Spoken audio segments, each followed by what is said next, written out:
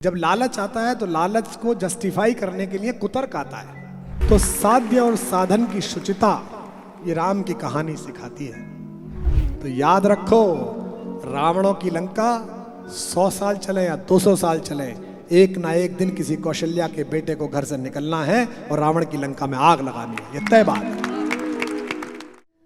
ये तो महाराष्ट्र है और ये पुणे है, जहां बाबा तिलक ने बताया है कि बंधन में होना बाध्य होना नहीं है। अंग्रेजों ने उनका शरीर मांडले जेल में बंद कर दिया, लेकिन अंग्रेज उनकी चेतना नहीं रोक पाए। श्रीमद् भागवत गीता पर जो बाबा तिलक ने भाष्य लिख दिया, बड़े से बड़े विद्वान भी ऐसा भाष्य नहीं लिख पाएंगे जिन्होंने जेल में रहकर लिख दिया। राम का पूरा जीवन यही सिखाता है कि यदि साधन पवित्र नहीं है तो साध्य पवित्र हो ही नहीं सकता। हम अक्सर इस समस्या से जूझते हैं, मैं भी जूझा हूं। अब तो उहापो मिट गई, पिछले 10 वर्ष से मिट गई। कबीर कहते ना, जब मैं था तब हरि नहीं, अब हरि है मैं ना है। सब अंधियारा मिट गया जब दीपक देखा मां है। कहां का दीपक? अंदर का। इसलिए तुलसीदास जी कहते हैं, राम नाम मणि दीप धर। कहां पर धर उस राम के नाम के दीपक को? जबान पर। जिससे क्या होगा? अंदर बाहर दोनों तरफ उजियारा आएगा। अंदर भी उजियारा जाएगा, बाहर भी उजियारा जाएगा। तो साध्य अगर पवित्र नहीं है तो साधन तो अपवित्र होगा ही, लेकिन साध्य को पवित्र रखना है तो साधन को भी पवित्र रखना पड़ेगा। कई बार ऐसा लगता है कि लोग जीत गए हैं। इसने अच्छी बात क्या कही लड़की ने? आपका राम क्या कहता है? आपका राम कहने में इसको ये तो पता है कि इसके अंदर भी एक राम है, और मैं तो पूरे विश्व में बोलता ही फिर रहा हूं कि अपने अपने राम, तेरे अपने राम, मेरे अपने राम। एक राम राजा का बेटा, एक राम अंतर में बैठा, और दोनों ही राम सत्य हैं। जो राम को मान रहे हैं वे भी सत्य हैं, जो कह रहे हैं राम का नाम सत्य नहीं है वो आज नहीं मानेंगे, जब मुंद जाएगी अंतिम बार तब मानेंगे, क्योंकि पूरा गांव उनके पीछे कह रहा होगा कि राम का नाम सत्य है, राम का नाम सत्य है, राम का नाम सत्य है। दुर्भाग्य यह है कि वो जीते जी नहीं मान पाएंगे कि राम का नाम सत्य है। राम कथा यही सिखाती है कि साधन और साध्य दोनों पवित्र होने चाहिए। राजनीति और शक्ति हो वो बड़ी फिसलाती है। हमारे एक कवि थे, बाल कवि बैरागी। बैरागी जी बहुत बड़े कवि थे, मंत्री रहे, कांग्रेस में 2 बार सांसद रहे, 3 बार विधायक रहे, ऐतिहासिक चुनाव हारे 4 वोट से एक बार लोकसभा का, जब राजीव गांधी जी प्रधानमंत्री बने।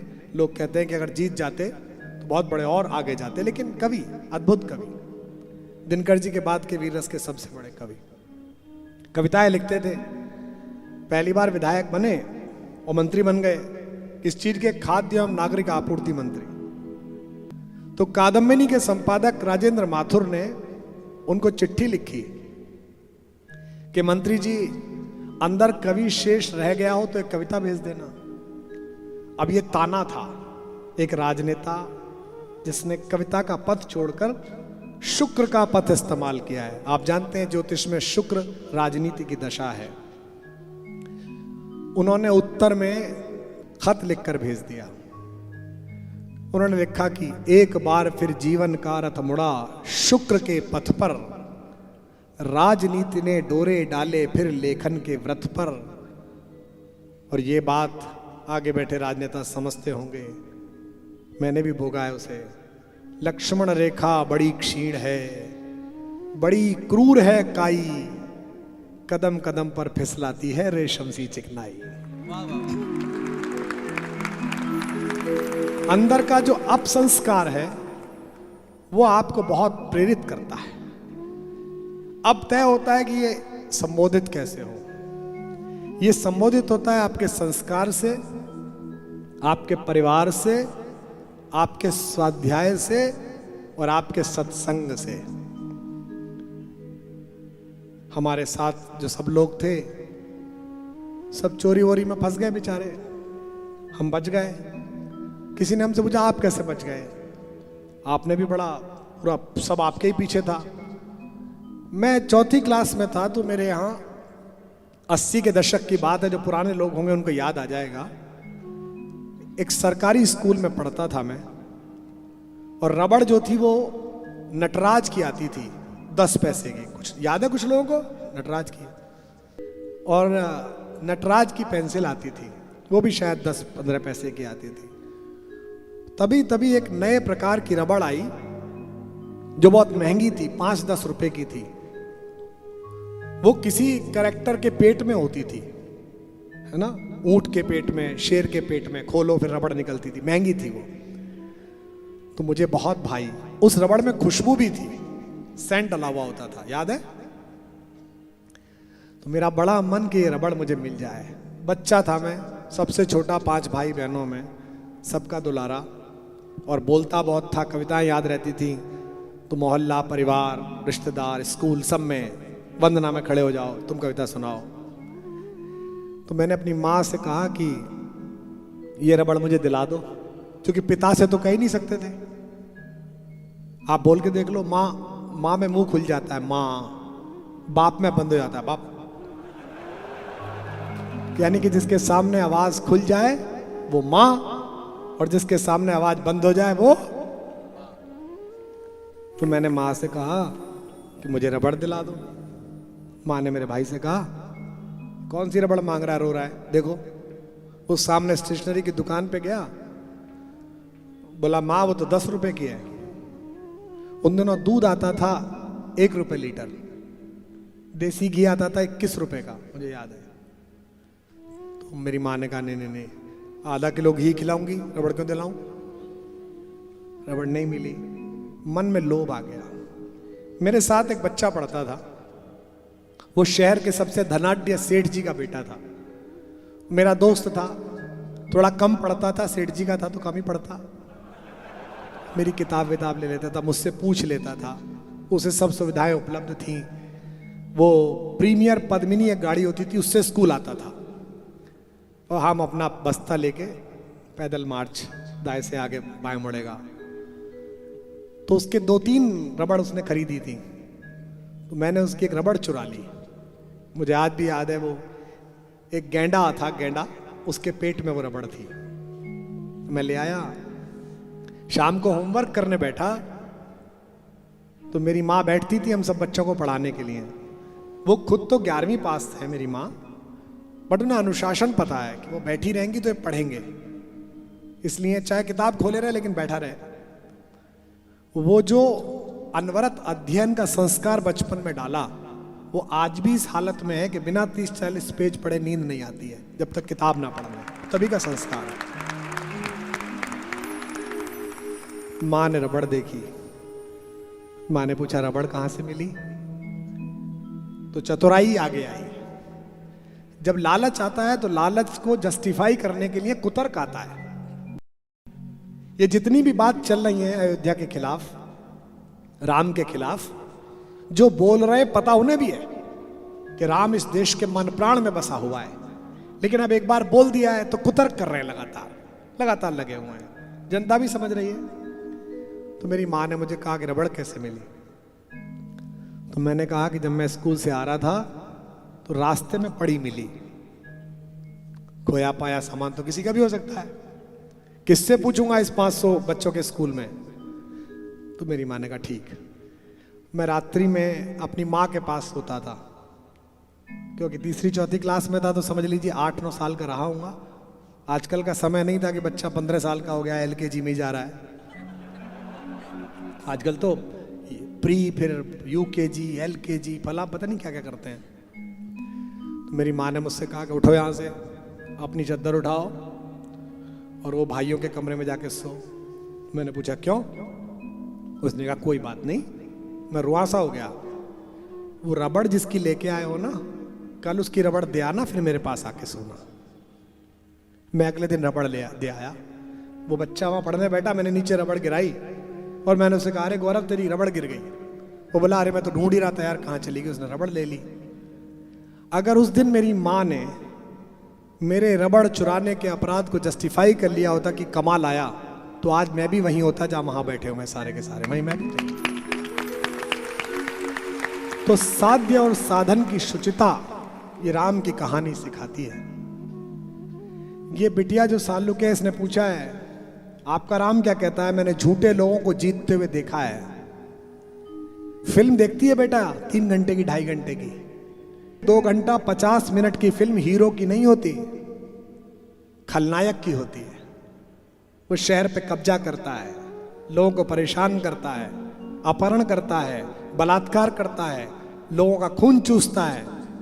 अचानक किसी झोंपड़ी से किसी माँ का लाल पैदा होता है और आखिरी सीन में मार मार के उसका भुस बनाता है, पूरा देश ताली बजाता है।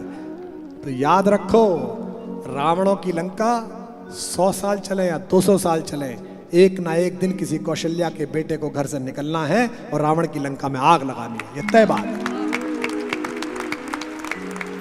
समय की प्रतीक्षा है। राम कथा ने तो सुनाया ही है।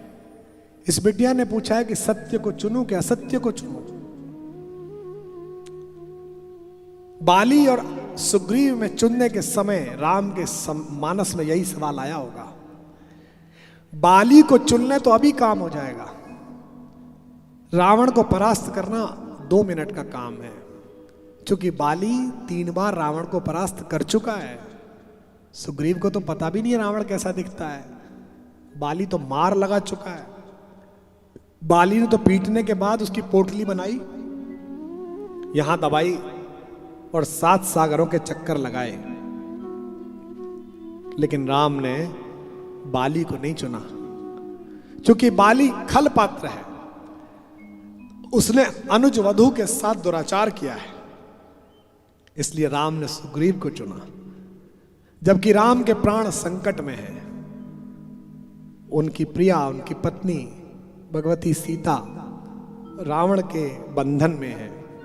अभी बाली से मदद मिल जाए, अभी काम हो जाएगा।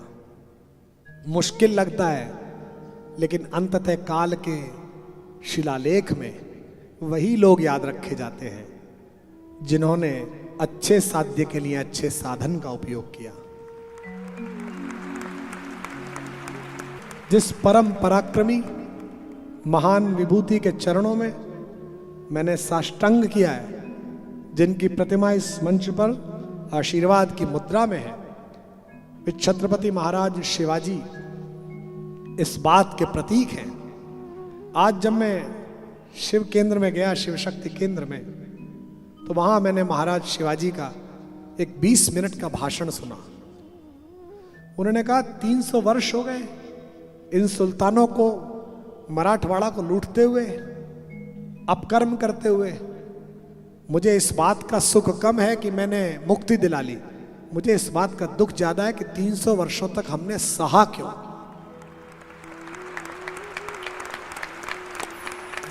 महाराज शिवाजी हो, महाराणा प्रताप हो, या एक छोटी सी रियासत की रानी जिसने अपने वैधव्य में अपने नवजात शिशु को पीठ के कंधे से बांधा और अपने अश्व की वल्गाएं अपने दोनों दांतों में दबाकर कहा, जब तक लहू की अंतिम बूंद प्राणों में शेष है, अंग्रेजों की औकात नहीं कि मेरी झांसी पर कब्जा कर सके। एक बात सारी कथाएं कहती हैं जो इस बिटिया को आपका उत्तर के रूप में पहुंचेगी।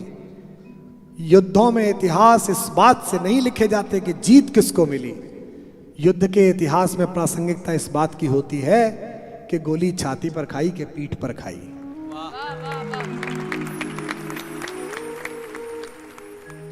यह राम जी का प्रसंग है और मुझे महाभारत याद आ गई। 2-3 दिन से कृष्ण बहुत अधिक घूम रहे हैं कथा में। जीवन भर कर्ण ने इस बात का संकल्प लिया कि एक दिन अर्जुन को मारना है। जीवन भर यही सोचा। अफगानिस्तान की टीम ने पाकिस्तान को हराया वर्ल्ड कप में, हमें ऐसे प्रसन्नता हुई जैसे हम वर्ल्ड कप जीत गए हों।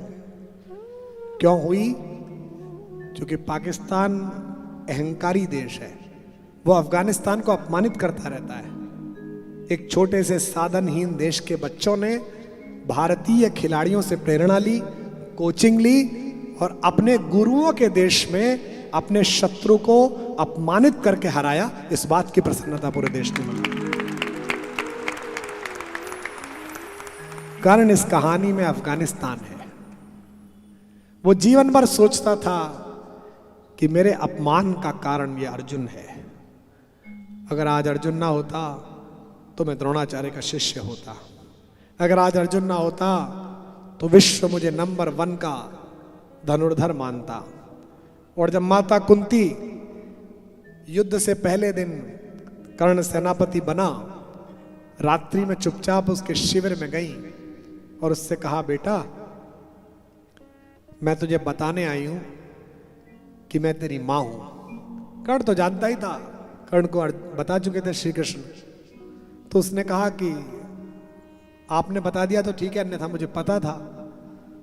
तो उन्होंने कहा मैं तुझसे कुछ मांगने आई हूं। कर्ण ने कहा कि ठीक है, आप भी मांग लो।